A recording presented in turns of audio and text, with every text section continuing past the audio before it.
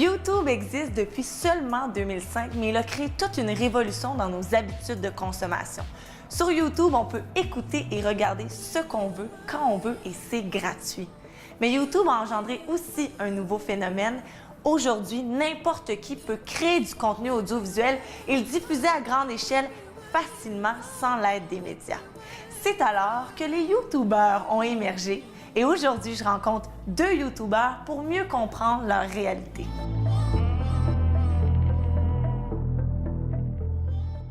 Aujourd'hui, je me considère assez chanceuse parce que j'ai avec moi sur le plateau deux YouTubeurs très populaires, Simon Leclerc et Amélie Barbeau. Salut. Bonjour à vous deux. Vous allez bien? Ça va bien, toi? Merci. Oui. Un YouTubeur, c'est quoi? Ça peut sembler évident, mais c'est pas tout le monde qui le sait. Créateur de contenu. Moi, je dirais que, mettons, si on prend le mot YouTuber, mettons, moi, je vais considérer quelqu'un qui est vraiment YouTuber quand, ça, c'est selon moi. Ouais. Moi, je trouve que quand c'est quelqu'un qui fait des vidéos vraiment régulièrement sur YouTube. Ouais. Tu sais, si tu fais 2 vidéos par année, à moins que ce soit genre des films, là, à moins que ça se réalisé comme deux gros films, OK, mais sinon, je trouve qu'il faut... Maintenant, il faut que tu sois comme régulier pour que je te considère, je pense, YouTuber. Quelqu'un qui s'investit là-dedans, là, puis qui veut vraiment... C'est pas nécessairement percer, mais juste que, tu sais, qu'il y a une certaine consistance, là, puis que... Ouais. C'est pas obligé nécessairement à la semaine ou au jour, mais juste comme que tu sois assez régulier pour qu'on considère qu'on te voit souvent puis qu'on sait que tu es habitué d'être là sur la plateforme. Comme tu disais, vous créez du contenu. Ouais. Puis, Est-ce que n'importe qui peut décider d'être YouTubeur? Ouais, ça, y a pas de... C'est comme ça que c'est né, là, ou en tout cas pour moi. Là, moi, je me suis acheté une caméra, puis j'avais vu quelques personnes, puis je me suis dit, moi, dans le fond, j'aime parler. Je parle tout le temps. On va parler devant une caméra, ça va être bon. Ça va me vider. C'est ça, je vais moins énerver mes amis de temps en temps, parler devant une caméra, puis ça a juste commencé comme ça. Fait que, oui, n'importe qui prend une caméra puis dit quelque chose, là. Exactement. Puis comme tu dis, tu aimes parler, les YouTubeurs, vous parlez de tout. Ça peut aller de conseils beauté à des préoccupations sociales, à des capsules humoristiques. Vous, quels sont les thèmes que vous mettez de l'avant? Moi, comme tu as dit, plus humour, puis un petit peu récemment, je me suis plus orienté vers le gaming, qui était une autre de mes passions. Fait que je fais de l'humour puis du gaming, des sketchs, donc puis plein de vidéos drôles nécessairement devant la caméra pour divertir. Mais majoritairement, tu sais, l'emblème de ma chaîne, je te dirais que c'est l'humour. Tu sais que tu vas rire si tu viens sur mes affaires en général. Puis le gaming, c'est quoi? Tu te donnes des conseils pour... Non, pas nécessairement. Tu sais, c'est que ça reste de l'entertainment. Tu sais, je joue un jeu vidéo, je joue un jeu vidéo, mais je vais faire un montage ultra dynamique, drôle, avec des moments, tu sais. Pas nécessairement pour montrer que je suis vraiment fort en gaming, tu sais, c'est juste tous les bons moments. Ouais, non, c'est ça serait juste... je sais qu'il y en a qui font ça. Il y en a parce qu'ils sont juste vraiment bons, tu sais, il y en a qui trouvaient ça bizarre. Je pense que c'est Nabil qui avait dit ça, Nabil qui est un gros YouTuber au Québec, qui a genre 1 million d'abonnés. Puis, tu sais, lui, il fait majoritairement du gaming, puis il avait expliqué ça un moment donné, puis j'avais trouvé ça super intéressant, que c'était que... tu sais, il trouvait ça bizarre parce qu'il était comme, mon gars, te regarde jouer à des jeux vidéo, je dis tout le temps, va donc jouer dehors. Puis il avait dit comme, c'est l'équivalent de vous autres qui allez voir une game de hockey. Vous regardez du monde faire du sport. Il dit, moi, les gens, ils me regardent faire un genre de sport. Il dit, parce que je suis bon dans ce que je fais. Fait qu'il dit, c'est la même affaire. Puis là, les gens étaient comme, ah ben oui. Fait que tu sais, c'est un peu ça. Ils te regardent parce que t'es bon en général, mais moi, c'est plus parce que je suis drôle que je suis bon aux jeux vidéo, là. Et toi, Amélie? Moi, je me diversifie quand même de plus en plus pour aller chercher le plus de monde qui serait intéressé, mais c'est du contenu souvent plus pour les jeunes. J'ai vraiment un auditoire assez jeune, donc des DIY, do it yourself, très populaire, bricolage maison, décoration, des choses comme ça. Sinon, je fais de temps en temps des vidéos d'humour, des conseils, vraiment plus de grandes sœurs. Il y en a qui n'ont pas de grandes sœurs ou un grand cercle d'amis. Puis c'est souvent ça le commentaire que j'ai. C'est comme si tu étais ma sœur un peu. Fait que ça, c'est le fun. Fait que j'essaye de dire le plus mes commentaires, mes expériences, en parler pour que... ils sachent un peu que c'est quoi, pas la vie, là, mais certains sujets. Que tu demanderais à ta sœur, puis qu'eux qui n'ont pas. Puis, c'est pas mal ça. C'est beauté, mode, mais... Là, tu parles des jeunes. On sait que YouTube est très populaire chez les jeunes. Est-ce que c'est en grande partie votre public cible? Ouais, c'est parce qu'il y a des statistiques sur YouTube qui, tu sais, te montrent vraiment ton public. C'est ça, là. Puis, tu sais, moi, je sais pas pour toi, mais c'est 18-24 ans, tu sais, majoritairement, que ça dit mon public. Mais, tu sais... C'est quand même plus vieux. C'est encore drôle parce que je sais que j'ai déjà été jeune, puis tu veux tout voir sur YouTube, puis il y a des limites d'âge. Fait qu'on s'entend-tu que moi, j'ai 14 ans, je me vois sur YouTube, puis je veux voir des vidéos qui sont un petit peu plus âgées. Oui, j'ai 18 ans, mais inscrivant genre sur YouTube, tu sais, c'est facile. Fait Parce que quand on fait, mettons, des meet-up ou au MyFest l'été ou quoi que ce soit, tu sais, ceux qui viennent, là, c'est pas les 18-24. Non, là, c'est plus jeunes. C'est vraiment jeune. Ils sont hautes de même, là. Puis, il y en a eu, là, des meet-up, là, ça commence jeune, là. Des fois, il y en a, carrément, je leur demandais, je suis genre, t'as quel âge? J'ai 9 ans. OK. T'as 9 ans. 7, 8, 9 ans, t'es comme... Tu sais que faut que tu fasses attention un peu à qu'est-ce que tu dis sur Internet. Là. Je veux dire, moi, depuis le début, je fais un peu attention à comment je le dis, qu'est-ce que je dis. Mais là, vraiment, c'est comme tu le réalises encore plus. Là. Tu les vois au meet-up, puis t'es comme, OK, t'es jeune. Là. Ouais, fait que c'est c'est ça. comme, ouais. Mais tes rencontres aussi, j'en rencontre dans des bars, tu sais. Ouais, fait que les ça deux. balance. T'as deux types de gens dans les meet-up qui sont fans, puis t'as ceux qui te rencontrent dans le bar puis qui font une petite tape sur l'épaule, puis c'est bon ce que tu fais, puis that's it, tu sais. Il viendra pas prendre une photo avec toi puis faire une heure de file d'attente, là, pas vraiment. Est-ce que quand vous avez des contenus peut-être un peu plus, pas audacieux, mais moins pour les jeunes, est-ce que vous l'annoncez dans votre vidéo? Moi, je l'ai déjà dit des fois, là. Des fois, je dis au début, mettons, c'est un petit peu plus 18 ans et plus. Je vous le dis, quittez si vous n'avez pas 18 ans, mais tu sais, je connais les jeunes. J'ai déjà été jeune. Il reste, mais tu sais, au moins, on dirait que je me sens bien de l'avoir dit. Fait qu'au PDP, si sa mère fait comme qu'est-ce que tu regardes là. Hey, toi, tu t'es je l'ai protégé. dit. Toi, tu fais pas ta job de checker ce qu'il regarde. Rendu là. Ben moi, j'en fais juste pas du contenu plus. Je sais que mon auditoire est vraiment jeune. Je sais que j'ai créé cet univers-là très fille, très jeune, très au niveau des conseils, tout ça. Fait que je sais que j'irai pas faire une vidéo, je sais pas, là, quelque chose de plus 18 ans et plus ou que les jeunes comprendront moins. J'ai commencé par contre à introduire des story time, donc tu sais, raconter quelque chose qui m'est arrivé. Puis souvent, ce qui est drôle, ben, c'est des histoires avec des gars, genre quand c'était un petit peu malaisant ou quand c'était drôle quand j'étais au secondaire. Fait que ça, je commence à en raconter plus, mais en même temps, je me dis, ça peut être juste un peu, tu sais, si mettons, ça t'est arrivé la même chose qu'à moi, que je me suis genre. Ben, ils vieillissent aussi, c'est ça va ça. peut-être leur arriver. Oui, ils vieillissent avec moi aussi. Fait que... On peut autant informer les jeunes sur la sexualité, c'est juste les mots qu'on emploie qui vont être différents. Ouais, c'est comment tu l'apportes. Ouais. Vous le disiez, vous êtes vraiment un peu comme des idoles pour les jeunes. Comment endossez-vous ce rôle social? Ben, c'est gros, là, recevoir un « tu es mon idole ». Je veux dire, parmi tous les chanteurs, les comédiens, toutes les personnes aujourd'hui, les jeunes, j'ai l'impression que c'est plus les youtubeurs, leurs idoles, que les comédiens. Ben, c'est impressionnant. Ben, tu sais, il n'y a pas un contrat que tu signes en disant comme bon, ben maintenant que tu fais ça, watch out. Tu commences, ça fait longtemps que je fais ça, fait que tu commences, puis tu as juste du fun.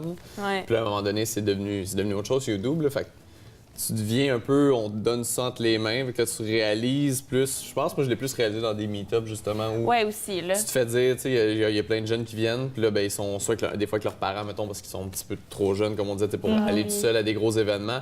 Puis là, tu sais, ils te parlent, puis tout ça, puis tu réalises comme, OK, mais tu t'écoutes tout, là. Les commentaires des parents, là, c'est... ça aussi, c'est... Hey, ma fille, tu sais, elle t'écoute tout le temps, puis moi, je prépare le souper, elle est à la table à côté, puis elle t'écoute tes vidéos. Fait qu'elle dit, moi aussi, je t'écoute, là.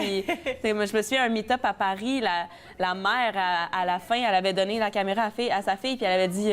moi aussi, je veux une photo avec elle. C'est drôle, là. J'étais genre, OK. Puis là, tu as dit Paris parce que comme vous parlez en français, votre public, c'est toute la francophonie. Ouais. Il y en a qui vont être plus nichés à cause de notre accent, des fois. Moi, mon public est, mettons, des fois, c'est 15-20 en France, puis majoritairement ici, parce que j'ai un accent quand même assez prononcé. Mais malgré tout, c'est intriguant de voir que souvent, tu as des commentaires sur des vidéos de Français qui sont comme... J'ai pas tout compris, mais je te trouve vraiment drôle. Mais il aime beaucoup l'accent. Ah, c'est space. Il trouve ça comme exotique. Un commentaire que je reçois beaucoup, c'est ton accent québécois est tellement mignon, c'est tellement cute. J'aime vraiment ça, j'en reçois beaucoup. C'est un vent de fraîcheur, ça a l'air, il paraît, pour eux autres, de la routine. Parce que les Français, ça fait des années qu'il y a des gros noms en France, de 10 millions d'abonnés et plus. Comme aux États-Unis, ça fait... C'est ça, ça a comme été États-Unis, France, puis nous en retard. C'est tout le temps comme un peu le cycle. Je dirais que ça fait 5 ans. Mettons vraiment que les gens, là ils savent c'est quoi YouTube, puis tu sais, le mot YouTuber, là, le monde commence plus à comprendre. Puis encore. Ça fait pas autant... et encore, là. Ça fait surtout chez les personnes plus âgées. Mais c'est normal, ma mère, elle comprenait pas trop c'était quoi un YouTuber. Quand t'appelles tes assurances, puis ils disent genre, vous êtes travailleur autonome, vous faites quoi?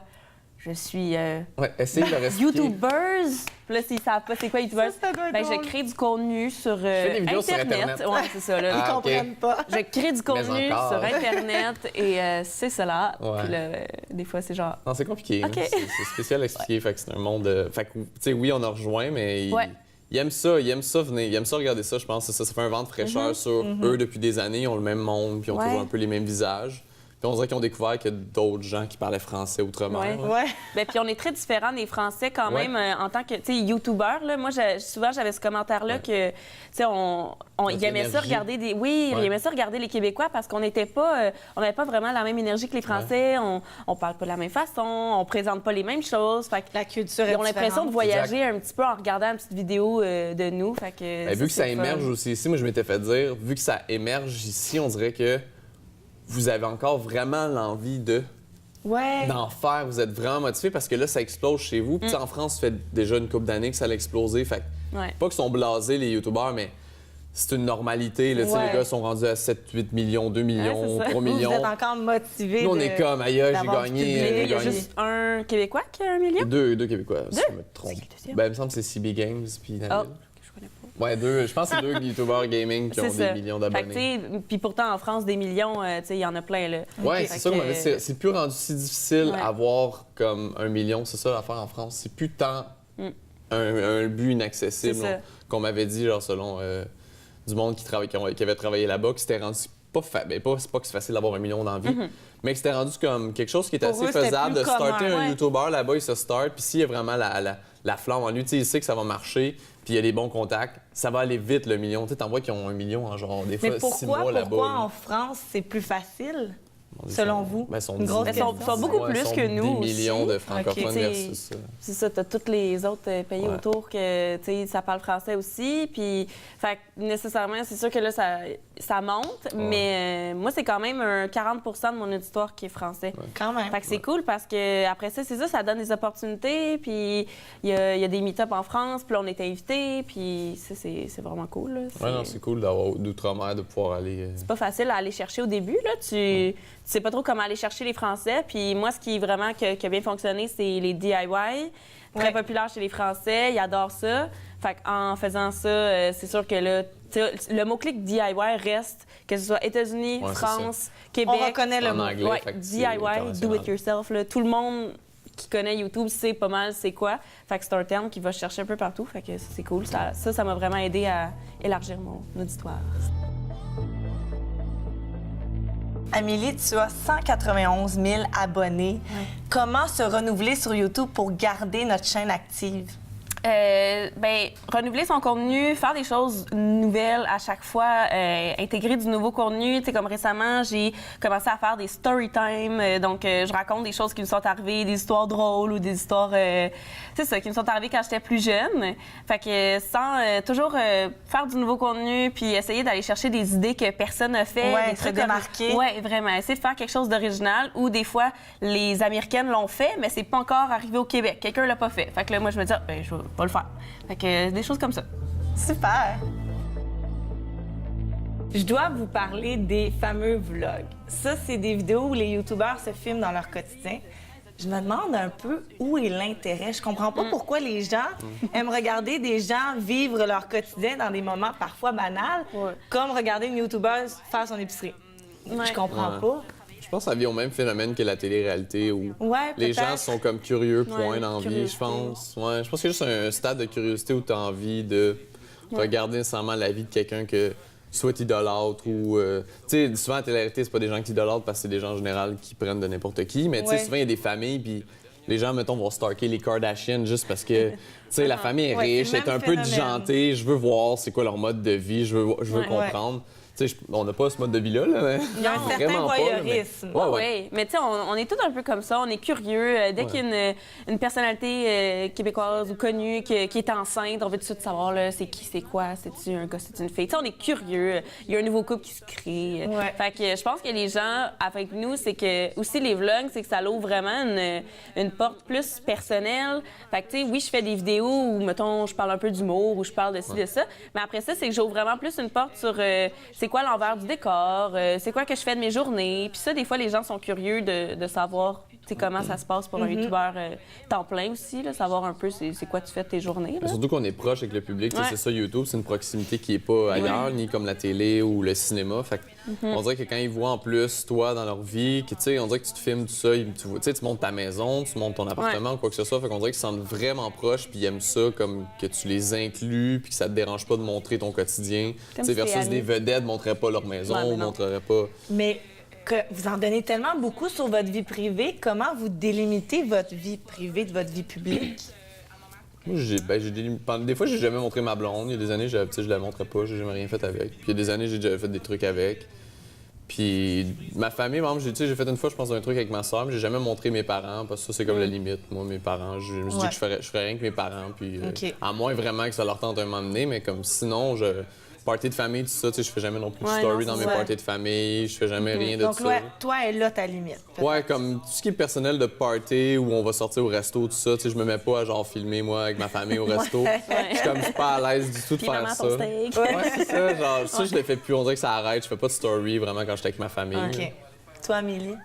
Moi, récemment, j'ai inclus mon père sur ma chaîne, puis les gens l'adorent. On est vraiment pareil, là. C'est drôle, des fois, j'ai reçu des commentaires « Oh my God, ton père te ressemble tellement! » Je suis genre, c'est le contraire. C'est moi qui ressemble à mon père. C'est ça, hein? Mais ouais, non, j'ai commencé à inclure mon père. Ma cousine, un moment donné, elle a déjà été sur ma chaîne. Ma soeur, ma mère, eux, ils aiment pas trop les caméras, sont vraiment pareils sur ça, ils aiment pas ça, donc on les voit pas, je les forcerai pas non plus. Puis sinon, la limite, c'est plus, tout ce qui est vraiment, si ça me tente pas de sortir ma caméra, puis de, la traîner, puis ben je le ferai pas. Je vais pas me forcer à vlogger quand je suis avec mes amis si ça me tente pas. Sinon, je trouve que c'est pas le fun. Mais est-ce que vous avez un petit jardin secret? Parce que des fois, je vois des youtubeuses pleurer devant la caméra, parler de moments vraiment personnels. Puis je suis comme, mon Dieu, vous êtes vraiment totalement ouvert à vos abonnés. Bien, ça dépend quoi. Tu sais, comme un moment donné, j'ai eu une première rupture qui était comme, tu sais, pas devant la caméra, mais tu sais, qu'au moment où on s'est laissé, j'étais youtubeuse, puis tu sais. Puis j'ai eu un moment donné à le dire, là, que, hey, en passant, tu sais, je vous avais déjà présenté ce gars-là, ben là, on n'est plus ensemble. Fait que là, tu sais, ça, t'as comme à dealer avec un peu les commentaires des gens, puis ça fait 1 an, puis des fois, je reçois encore des commentaires Est-ce que t'es encore en couple? Genre, non, ça fait un petit bout. Fait que, tu sais, c'est sûr que des fois, quand il y a des choses que ça te tente pas de parler, puis que t'as juste pas le choix, parce que, tu sais, c'est ça, c'est la vie, ça arrive, ben des fois, c'est pas trop le fun, mais c'est rare que ça arrive, puis. Sinon, mettons, la seule chose que j'ai vraiment pas dit, là, c'est genre ma ville où j'habite, précisément. Je vais dire Montréal, je vais dire Rive-Nord, mais j'ai jamais dit précisément, mettons, ma ville. Ben c'est ça, parce qu'à un moment donné, on sait pas. Il y a des personnes qui pourraient débarquer chez vous. Des petites recherches de recherche en recherche, puis tu finis par trouver mon ami, puis ci, puis ça, ben. Fait que, tu sais, je me. Ben, moi, j'ai déjà montré des trucs. Ben, tu sais, les serveurs, ce que j'avais sélectionné de montrer à la caméra, c'était précisément. Tu sais, le reste, je le montre pas. Si je me suis déjà séparé de ma copine. J'ai juste lancé dans une vidéo que j'étais plus avec sans faire, tu sais, mettons, précisément toute une vidéo. Tu sais, c'était un message quick on the spot, juste pour annoncer les gens. Juste être honnête avec la communauté, mais tu sais, j'ai déjà parlé. En fait, quand j'ai lâché ma job, quand j'ai eu plus de job, tu sais, j'en ai parlé, puis c'était émotionnel. Ça, je ai parlé parce que j'étais fier. Puis, tu sais, récemment, l'année passée, j'ai parlé d'un échec personnel, puis je trouvais que c'était important. Puis, tu sais, la vidéo a fait full de bien aux gens de voir que l'échec, tu sais, j'ai parlé de l'échec, moi, ma vision que j'avais de l'échec, puis tout ça. Puis, il y en a plein, tu sais, comme qui, eux aussi, avaient une vision un peu dark de l'échec, qui dealaient moins bien avec des échecs, que ce soit scolaire ou professionnel. Puis, on dirait que tu vois quelqu'un que tu suis beaucoup. Tu sais, comme on disait tantôt, qu'on est un peu idolâtre. Puis là, ils se font parler de ça par lui. On dirait que le message rentre vraiment bien, puis ils trouvent ça intéressant, puis ça reste dans la tête. Les apaiser en même temps. Oui, exact. Fait que je choisis ce que je parle, mais tu sais, il y a des panoplies de trucs que je vais juste... Tu sais, si j'aurais un décès, à moins que, tu sais, pendant 1 mois, tu disparais, peut-être tu reviens, puis tu en glisses un léger mot, là, mais tu sais, il y a des affaires que je pense que tu peux aborder. On remarque qu'il y en a qui abordent tout, là, fait que... Ça dépend des youtubeurs. Ouais, c'est vraiment ta personnalité, je pense. Dans le travail de youtubeur, il y a une dimension technique très importante. C'est vous qui confectionnez vos vidéos. Donc, vous faites le montage, la réalisation. Est-ce que vous avez suivi une formation spécifique? Moi, je suis très autodidacte. J'aime pas ça, recevoir des cours pour apprendre quelque chose, puis qu'on me dit, OK, là, faut que tu fasses ça, faut que tu fasses ça. Fait que la première fois que j'ai commencé à faire des vidéos, j'avais pas de logiciel de montage.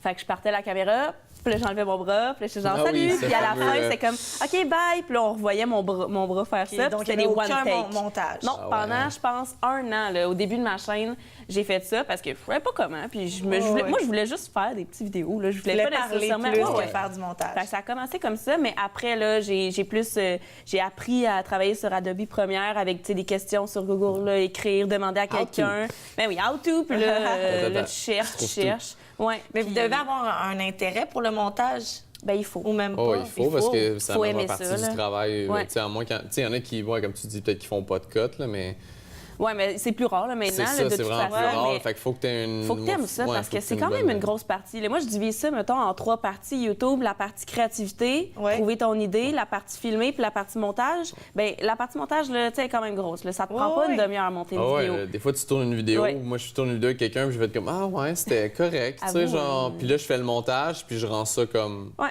3 fois plus drôle que ce que c'était. Puis là, t'es comme, Mettre l'emphase sur phew. les bons moments. Tu sais, genre, puis, ouais. faire des trucs qui rendent la vidéo drôle, versus c'était peut-être un peu, pas plate, mais tu sais, comme, elle levait pas autant que tu pensais. Ouais. Puis le montage fait comme la magie. Tu sais, la magie du montage, comme on dit souvent. Fait que. Est-ce qu'il y a des YouTubeurs qui payent des gens pour faire leur montage? Ouais, ouais, ouais. Ah Ouais. oui, OK, c'est possible. Quand t'as pas le temps, je pense que. Moi, Ouais. je suis pas C'est rendu au plus stade où sur j'ai pas le big, là. temps. Ceux qui sont rendus vraiment, là, tu sais, bien des abonnés, puis qui veulent se concentrer sur autre chose, puis vouloir faire plus de projets, peut-être que là, ça peut être utile d'avoir un monteur, mais... Tu sais, comme pour moi, je trouve que tu sais, c'est aussi que je veux que ce soit mon image, je veux que ce soit vraiment moi qui crée de A à Z qu'est-ce qu'il y a sur ma chaîne. Fait que je me verrais pas avoir quelqu'un, OK, fais mon montage, suis pareil là-dessus. essaye de rajouter un petit moment ici, ou tu sais, non, ça... Ben, il y en a que je sais que c'est juste parce qu'ils découvrent que ça commence à les tanner faire du montage à l'inverse. Ouais. Tu sais, j'en connais qui sont juste tannés de Ben, se écoute, t'as voir, la je pense, facilité. puis de faire le montage, puis de se voir non-stop, puis qu'ils ont autre chose à faire. Fait que comme, ça leur sauve vraiment du temps, ouais. puis je le comprends, c'est sûr que ça sauve Ouais. du temps. Tu sais, je pourrais enlever 6-7 heures dans ma journée à faire ça. Ouais, je vais l'enlever, tu sais. Ouais. Mais c'est ça, ça vaut un prix. Fait que pour le moment, ça me fait plus plaisir, puis j'ai le temps. Ouais, moi aussi, j'aime ça. Simon, tu as 54 200 abonnés. Ouais. Les YouTubeurs, vous êtes suivis par des milliers de personnes. C'est vraiment impressionnant. Comment faites-vous pour avoir autant d'abonnés? Il y a pas de recette magique, Ouais. ça c'est sûr et certain, mais je te dirais que je pense que si t'es vraiment original puis si ton contenu vaut la peine d'être regardé, je pense qu'il y a toujours un public qui va finir par te trouver ou tomber sur ce que tu fais.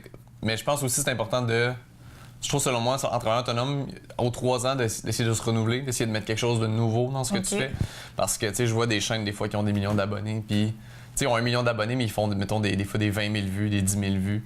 Parce qu'ils font la même chose, malheureusement, depuis comme X nombre d'années. Ils ont Tu sais, beaucoup d'abonnés, mais pas tant de vues sur leurs vidéos. parce que c'est devenu redondant. Tu sais, en 1 an, 2 ans, 3 ans, 4 ans, ça fait 6 ans que ta chaîne existe, puis tu t'es jamais renouvelé. À un moment donné, c'est sûr que les gens stannent. Tu sais, tu ramènes rien de nouveau. Il n'y a pas une flamme qui renaît sur un projet ou quoi que ce soit. Fait que je pense que c'est important de se renouveler un certain nombre d'années puis de rajouter quelque chose.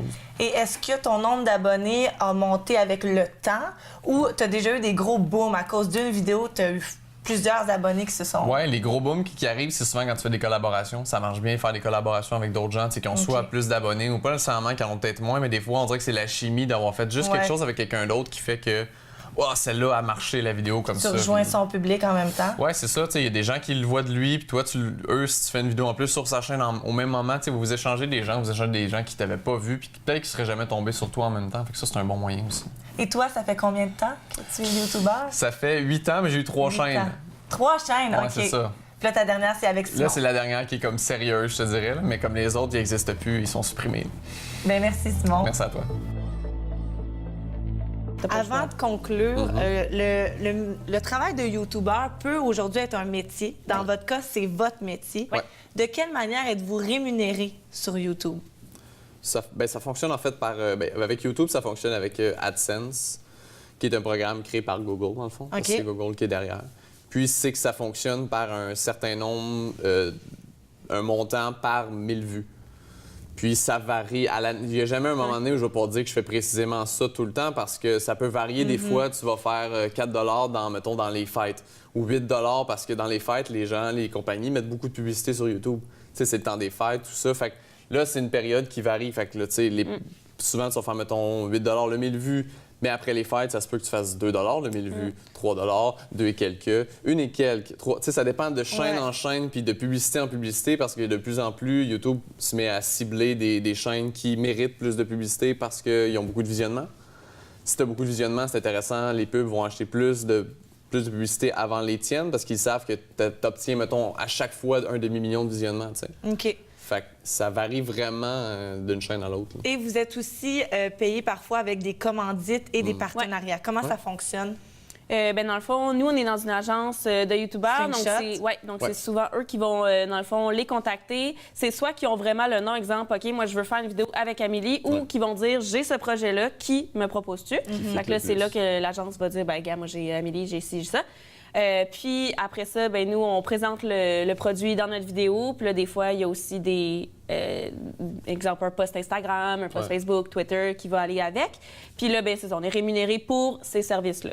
Exact. Et lorsque vous recevez des cadeaux, parce que vous en recevez quand même beaucoup, des cadeaux de différentes marques, est-ce que vous vous assurez d'être transparent envers vos auditeurs? J'ai reçu tel produit et voilà pourquoi j'en parle.